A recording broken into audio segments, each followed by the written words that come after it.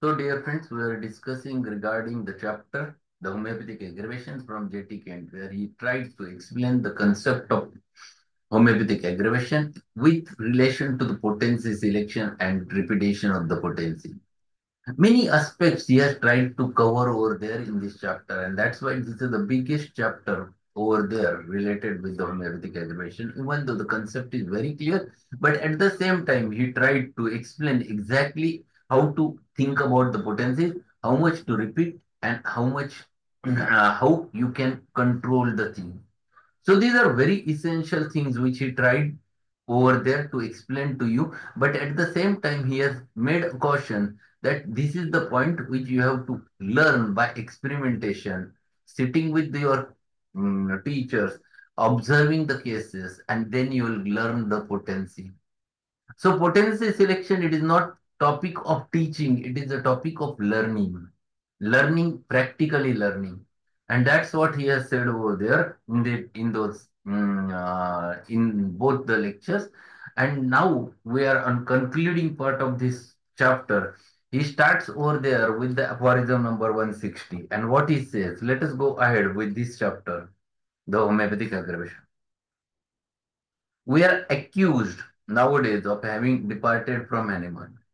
Hahnemann wrote of the 30th potency is one of the stages of his life as high, sufficiently low.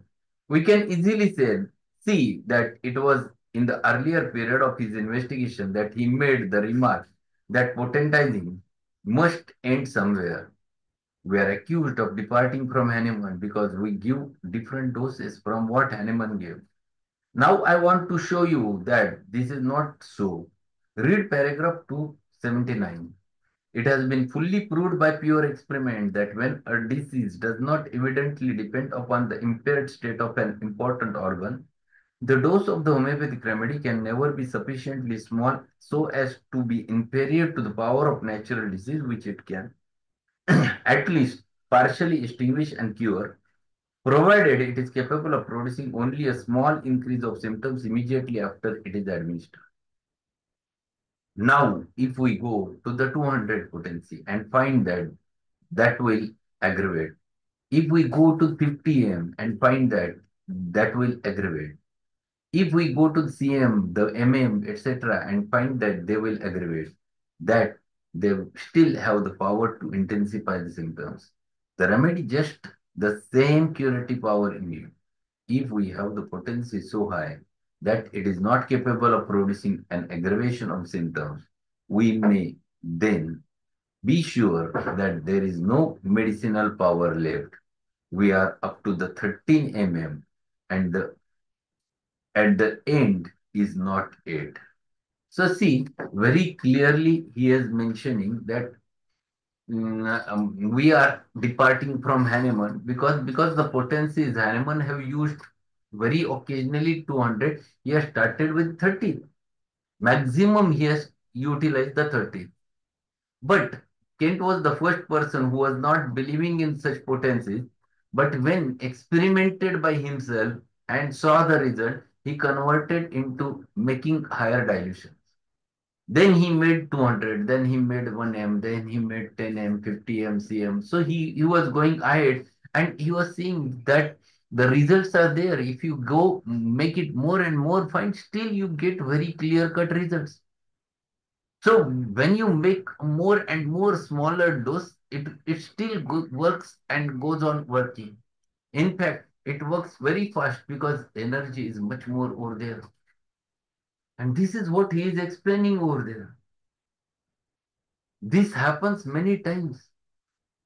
You go on going on up and up dilution, higher and higher dilution, and still it works. You make it so fine that nothing remains over there except the energy, but still it has a medicinal power. And if you are damn sure about the similimum, and if you view directly with CM, only thing is that there is no need to repeat. What you have to give is to give a single dose. When you are dealing with the acutes and when you are dealing with the higher susceptibility, you must, if you are damn sure about the remedy, you can give directly a CM also. with single dose and no need to repeat because patient is at that specific level of susceptibility and because of which the patient reacts instantaneously. So he is explaining that here he is departing from Hahnemann because Hahnemann never reached to that level of potency. There was no time with Hahnemann to experiment over there. If you would have lived for 2 more years, 10 more years, he would have came out with the eighth edition of Organ of Medicine, and there he would have explained about all those things. The work which was done by Hahnemann continued by Kent, that is the path of experimentation. Kent has followed him exactly the way he wanted. He has not just followed what Hahnemann have told and done things. He has experimented by himself.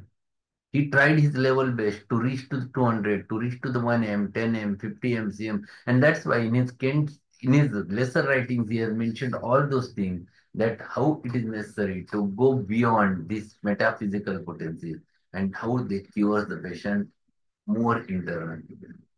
And then he says, now we have never made the claim that every potency will suit everybody. The potency must correspond to the state of the patient. If we ever find a person who will be aggravated in his symptoms in the most positive or definite fashion, that potency will be verified. Potency will be verified. We have not departed from anyone, but have acted in accordance with his doctrines. Aphorism 280.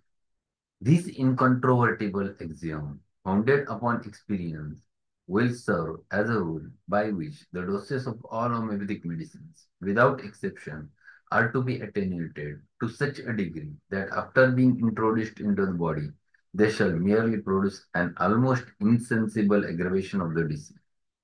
It is of little importance whether the attenuation goes so far as to appear almost impossible to the ordinary physician whose minds feed on no other ideas but what are gross and material.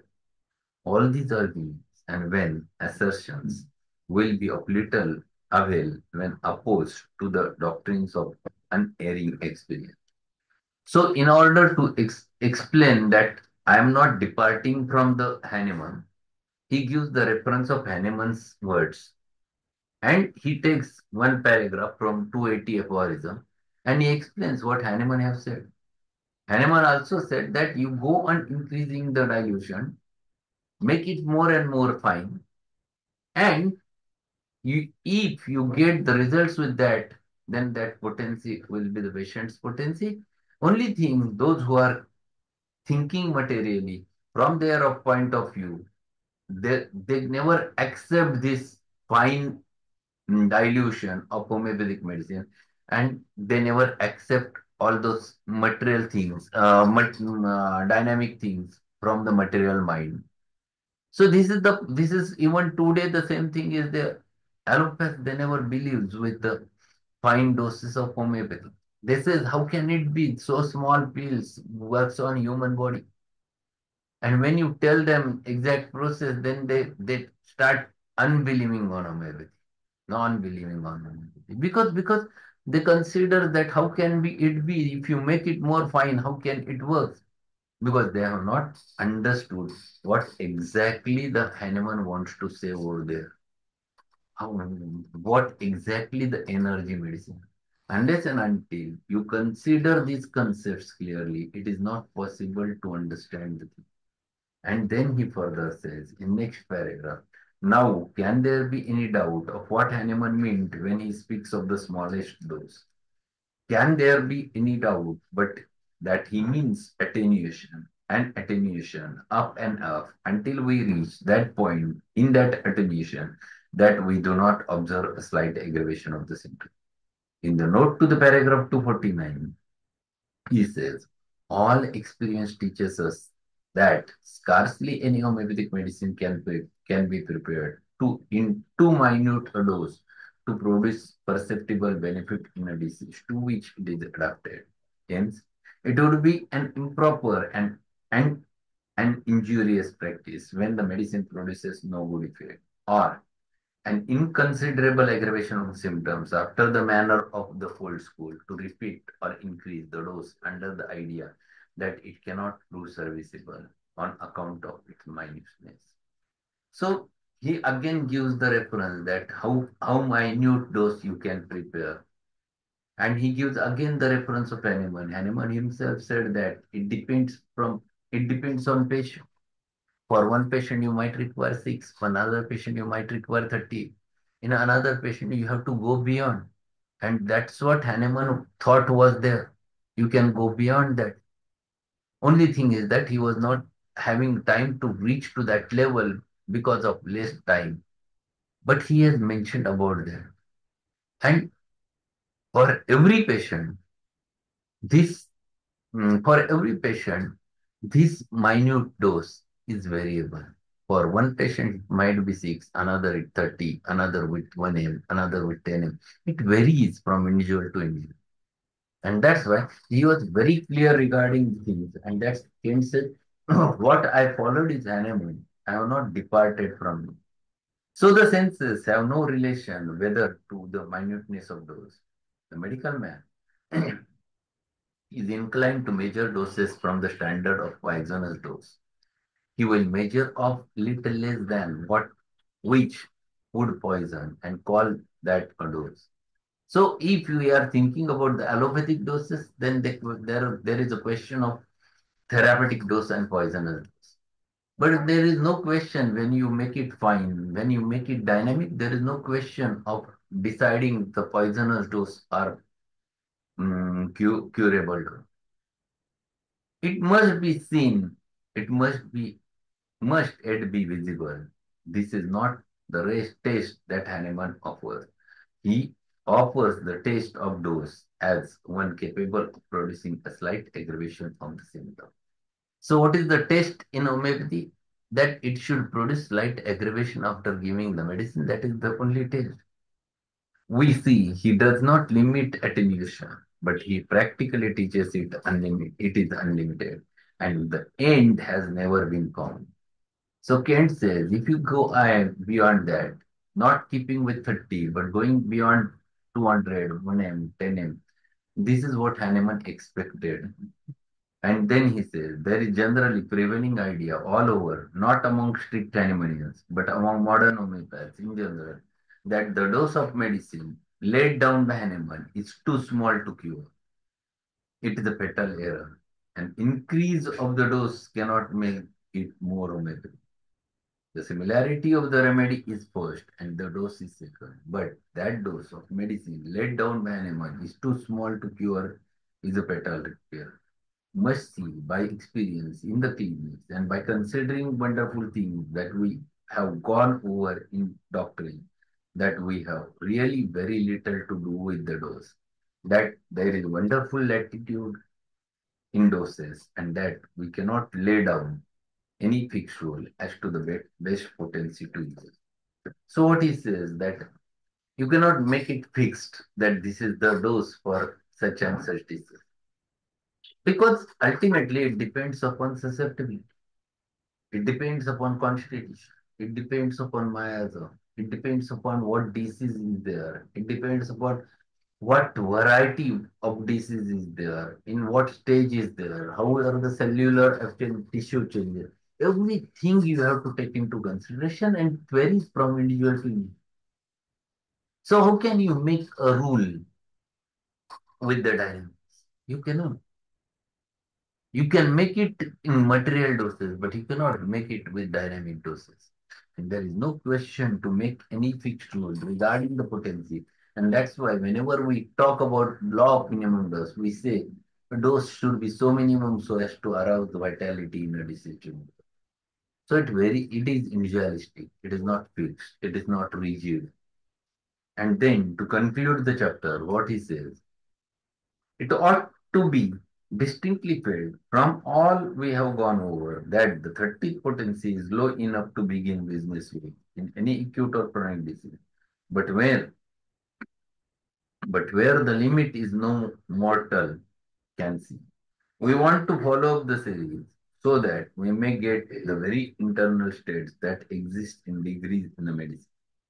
The different potencies are distinct from each other. Some are very far apart, yet invariably connected. It is a mistake for any homeopath to start out with the idea that dose of medicine laid down by Hahnemann is too small to give. It shows that his mind is of material mold, that it is the inelastic and that can not yield to the higher observation and not capable of observing and following higher and higher as true experience would lead. Unless man has truth in his mind, his experiences are false. The truth in mind is the first, and then experiences are good. If the mind is in a state of truth, experiences are true. You cannot trust the experiences of men who do not know what is true. Neither can they be led into truth by these fallacious experiences. So, to conclude the chapter, he has explained certain philosophy. And he explained that your mind should be open enough to accept anything. So when Eman have said regarding those experimentation, and if you still don't believe it, suggestion is that you experience it first, experiment it first, experience it first, and then you think about whether to follow or not to follow, whether to understand or not to understand. But unless and until you go with it, it is not possible. And that's what happens in our mind because our mind never accepts the dynamic mathematics. Our mind always accepts material mathematics because we learn material mathematics right from the childhood.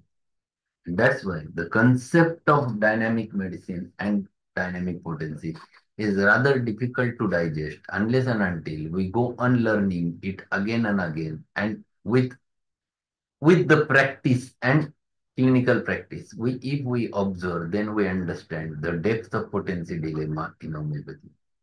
So this chapter, he has not only explained the homeopathic aggravation, but at the same time, he made it simple to explain how to think about the potency. A very good, perfect understanding about the potency dilemma, he tried to explain in this specific chapter. So we have learned very important chapter from this third year syllabus. I think four of the third year syllabus chapter we have finished.